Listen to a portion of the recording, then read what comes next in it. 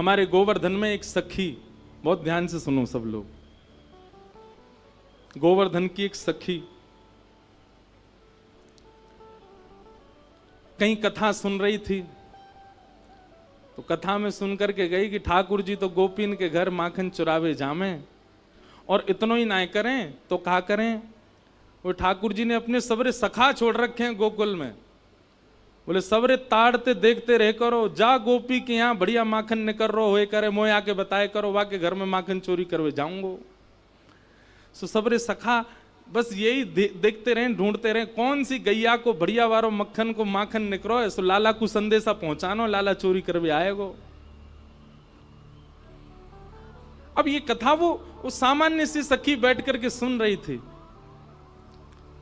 लेकिन उसने वो कथा को शब्द रूप ना मान करके उसको वास्तविक लगने लगा, और वास्तविक भाव का ये प्रभाव हुआ कि उसने अपने घर में बढ़िया सोची कि मैं हूं ऐसो मक्खन निकारूं कि ठाकुर जी मेरे घरों चोरी करवे आमे। ब्रजभाषा समझ आ रही है ना? चंडीगढ़ कोई विलायत नहीं है, इतनी तो समझ ही सको। और भैया इतना नहीं समझ पा रहे हो तो फिर काय को वृंदावन जा रहे हो, और ये वृंदावन प्रकट उत्सव है, ब्रजभाषा तो होएगी। तो वाक्य मन में भाव आयो। अच्छा एक और बात बताऊं, दुनिया में सब जगह कथा होती है, सब जगह ब्रजभाषा नहीं निकलती, मेरे से यही निकल रही है, और जेऊ ना पता क्यों निकल रही है। यहां तो 80 तुस्सी में काम होता है, और हम 3 दिना से मोए तोए पे चल रहे हैं, मोए जे नहीं चाहिए तोए जे चाहिए। पंजाबी बड़ी प्यारी भाषा, पर हमसे नेकऊ ना है बोले। हमारे राम जी महाराज बहुत बढ़िया बोले, हमारे बी पराग जी तो गाती पंजाबी में, इनका एक गाना आया अभी अभी तो मैंने इनसे कहा, मैंने कि सुनो आप क्या गा रहे थे, मुक्के पैसी, मैंने कि उसका मतलब क्या, मतलब मुक्का मार, बोले अरे नहीं महाराज वो मुक्के पैसी का मतलब वो नहीं है। फिर उन्होंने मुझे अर्थ बताया, बोले इसका अर्थ ये। मैंने ओहो, मैंने कि भाई क्षमा करो, हमको पंजाबी नहीं आती, इसलिए मैं अर्थ का अनर्थ लगा देता हूं। मैं फिर भूल गया मुक्के पैसे का मतलब था क्या है। मुक्के पैसे मतलब खत्म हो गया मैं। वाह, मुक्का से भी वही होता है। तो आनंद की बात। तो ब्रजभाषा सुनो भैया। सखी ने कथा सुनी, कथा सुनकर के वाक्य मन में भाव आई, मैं हूं ऐसो मक्खन निकारूंगी, ठाकुर जी मेरे घर चोरी करवे आमे। अभी की बात है, इसी कलिकाल में।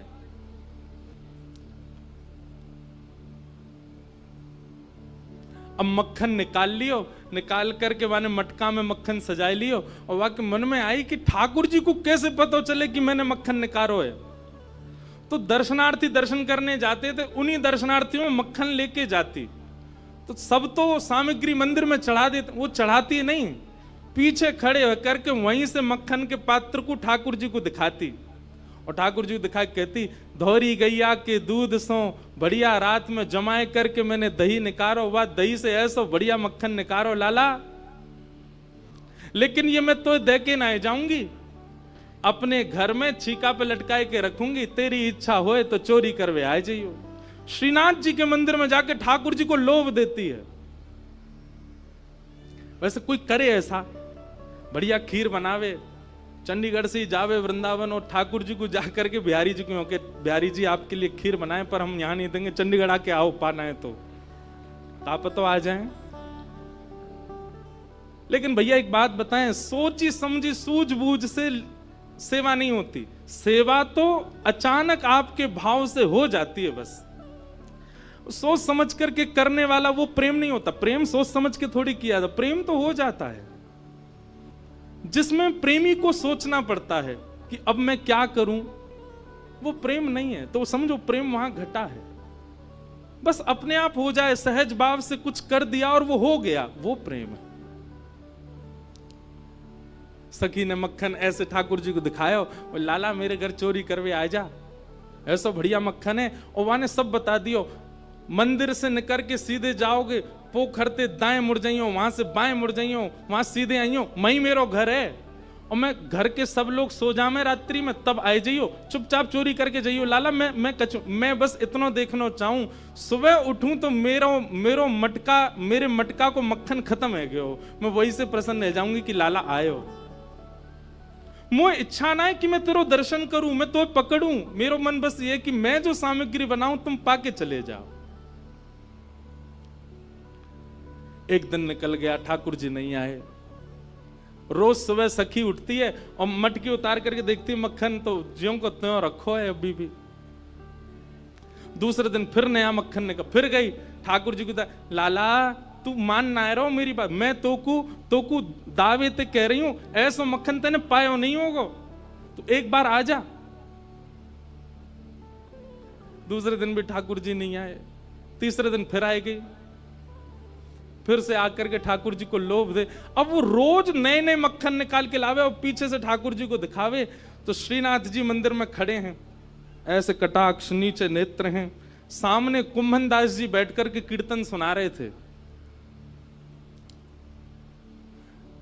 ठाकुर जी खड़े खड़े खड़े खड़े, ठाकुर जी के मुख में से लार टपकन लगी, यहां ते लार गिरन लगी, और वह लार को सामने बैठे भाई कुंभन दास जी ने देख लियो। कुंभन दास जी बोले, जय जय जय जय जी, लार कैसे निकल रही है, का है गो, भूख लग रही है का? तो ठाकुर जी तो कुंभन दास जी से बात करते थे।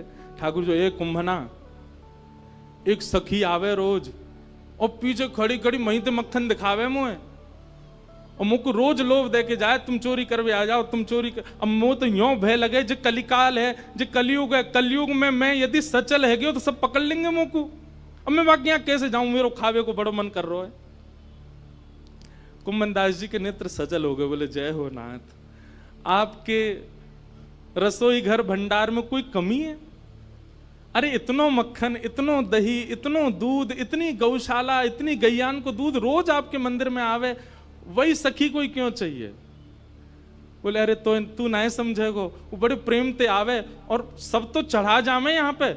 अब देखो, हमने कोई सामग्री मंदिर में चढ़ाई, भोग लगी कि नहीं हमको क्या पता, इतने लोग लाते हैं सामग्री, सबका भोग लगता है, कोई जरूरी थोड़ी।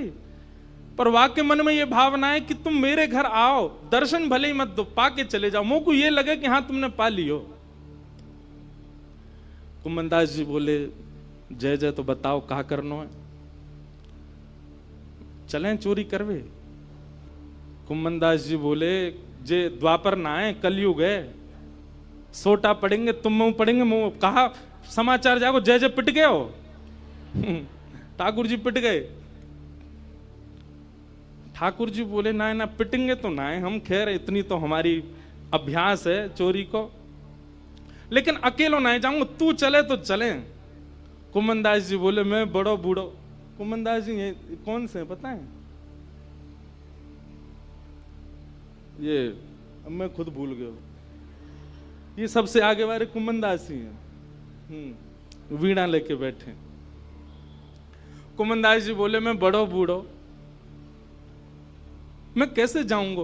बोले, कछु मत करियो, बस फुर्ती रखियो, फुर्ती, बाकी सब मैं संभाल लूंगा। बड़ी प्यारी कथा है। इस कलिकाल में रात्रि में ठाकुर जी की शयन आरती हुई, ठाकुर जी शयन को चले गए, सब दर्शनार्थी अपने अपने घर को, मंदिर परिसर के सब लोग अपने घर को चले गए। ठाकुर जी ने कुंभन दास को इशारा कर दिया, बोले, जैसे सब जाएं पीछे खिड़की पे आ जाइयो। सब चले गए। जैसे कपाट बंद हुए, कुंभन दास जी पीछे खिड़की पे खड़े हैं, प्रतीक्षा कर रहे हैं। इतने में कहा, देखो खिड़की में से साक्षात श्रीनाथ जी सचल है करके निकर करके बाहर आ रहे हैं, और आए करके कुंभन दास जी के कंधा पे अपने दोनों पांव लटकाए लिए बैठ गए, और ऐसे मूड पकड़ लियो सिर।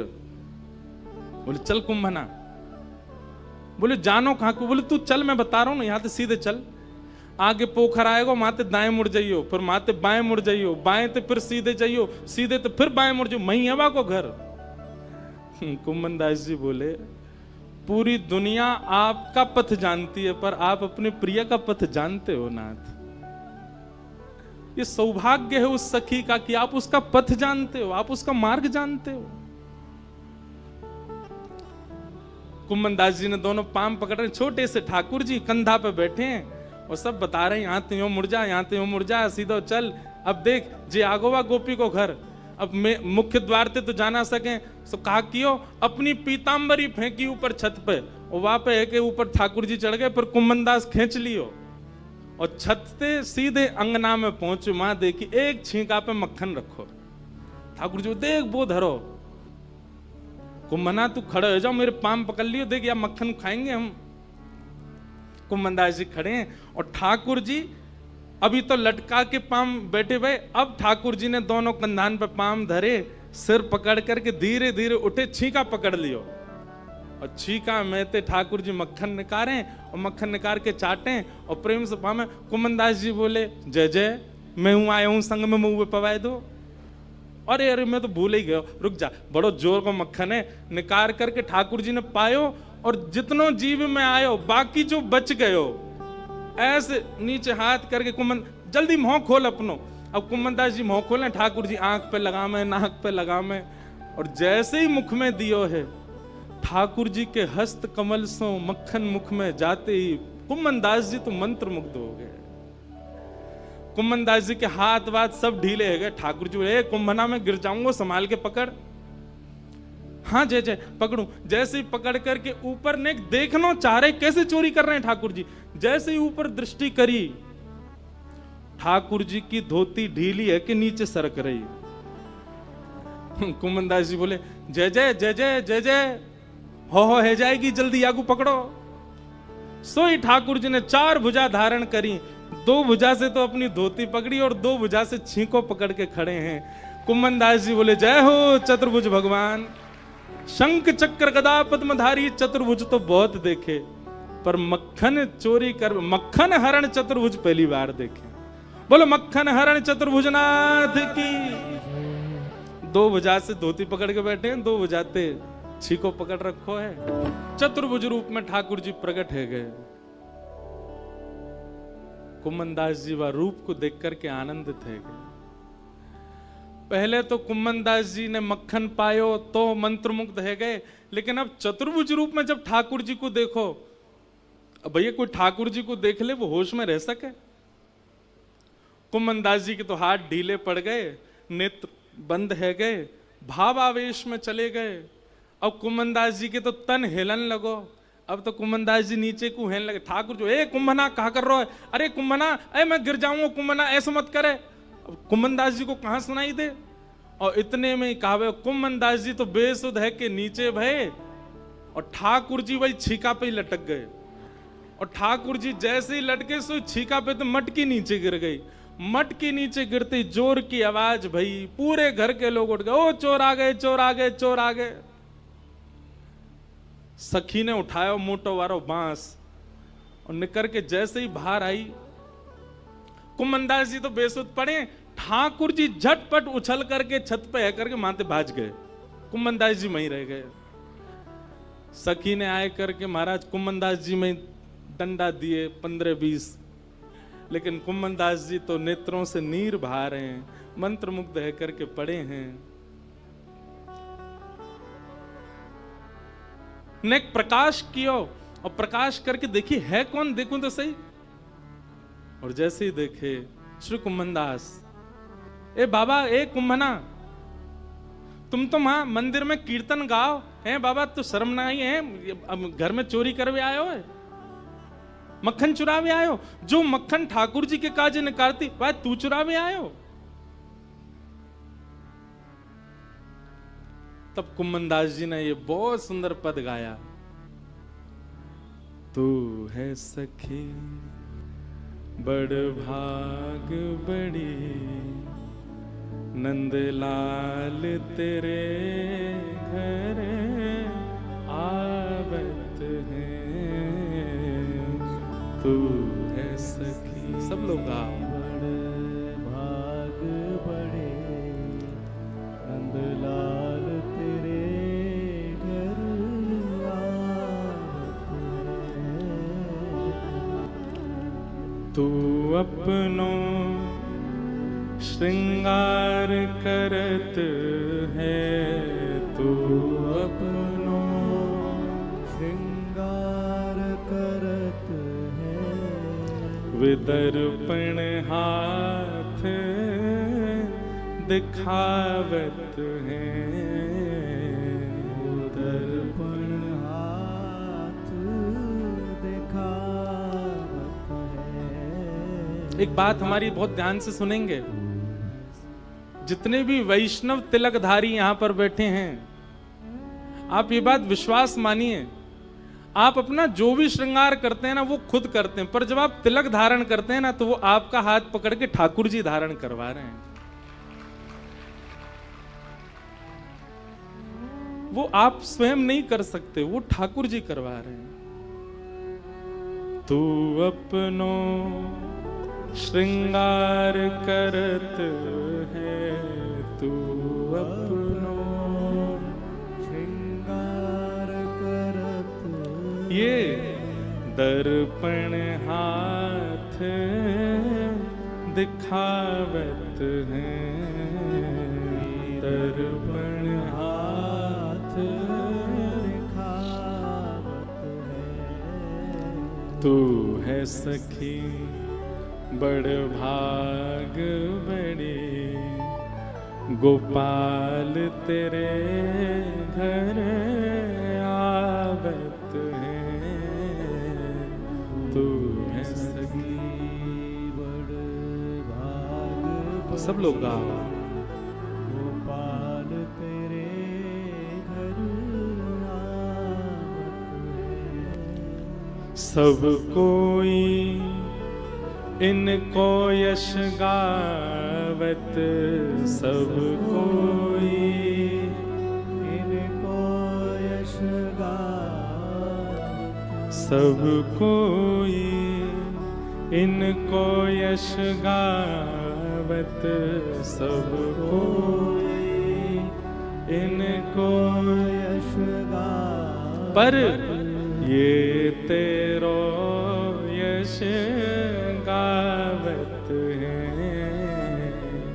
ये तेरो यश गावत। कुंभनदास जी चरणों में गिर गए उस सखी के और बोले, मैंने पूरे विश्व को उनका यश गाते हुए सुना। अरे सखी तेरे धन्य भाग, कल रात्रि में ठाकुर जी तेरो यश मुंह को सुना रहे।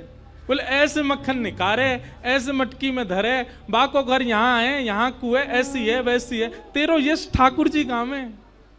पर ये तेरो यश गावत है, पर ये तेरो यश गावत है। कुंभनदास जी कह रहे हैं वो तोसों इतनो प्रेम करें, इतनो प्रेम करें, इतनो प्रेम करें।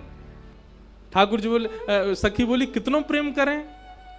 तब कुंभनदास जी कहते हैं, कुंभन दास लाल गिरिधर के, कुंभन दास लाल गिरिधर के, वे तेरे ही हाथ बिकावत हैं, ये तो तेरे ही हाथ बेकार। अरे सखी, तू अगर लाला को कहीं बेकऊ आवेगी ना तो वो बिकऊ जाएंगे तेरे हाथन से, इतनो प्रेम करें।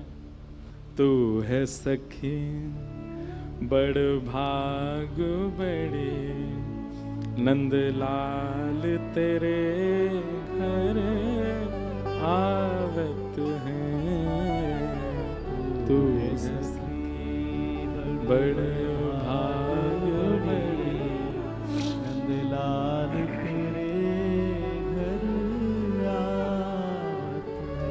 बोल गिरिराज धरण की।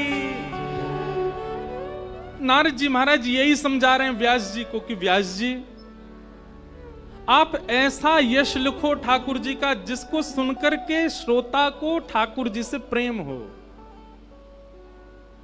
आप उनको भगवत तत्व में मत दिखाओ, उनके प्रति श्रद्धा उठे, विश्वास उठे, समर्पण उठे, ये सामान्य बात है, पर उनके प्रति प्रेम उठे ऐसा यश गाओ। तब वेद व्यास जी महाराज ने श्रीमद् भागवत ग्रंथ की रचना की। बोलो भागवत महापुराण की। श्रीमद् भागवत का एक ही उद्देश्य है, आपके भीतर श्रद्धा प्रकट करना नहीं, आपके भीतर आस्था प्रकट करना नहीं, आपके भीतर ठाकुर जी के प्रति अनुराग प्रकट करना नहीं, आपके चित्त में ठाकुर जी के प्रति प्रेम प्रकट हो। वो प्रेम, प्रेम के अधिकारी केवल वही हैं और कोई है ही नहीं संसार में। ये भागवत जी प्रस्तुत करते हैं, इसलिए भागवत जी की रचना सामान्य नहीं है। भागवत ग्रंथ, यदि श्रीमद् भागवत हमको वेद व्यास जी ने प्रदान नहीं की होती तो मैं कहता हूं कि हमको सूरदास, मीराबाई, करमेती बाई, कर्मा बाई कोई नहीं मिलता। ठाकुर जी से प्रेम करने वाले भक्त मिले ही भागवत जी के बाद हैं, उनके अलावा प्राप्त नहीं होते। भागवत जी ने ही सबके चित्त में प्रेम को प्रदीप्त किया है, उदित किया है। ऐसी भागवत जी की रचना हुई।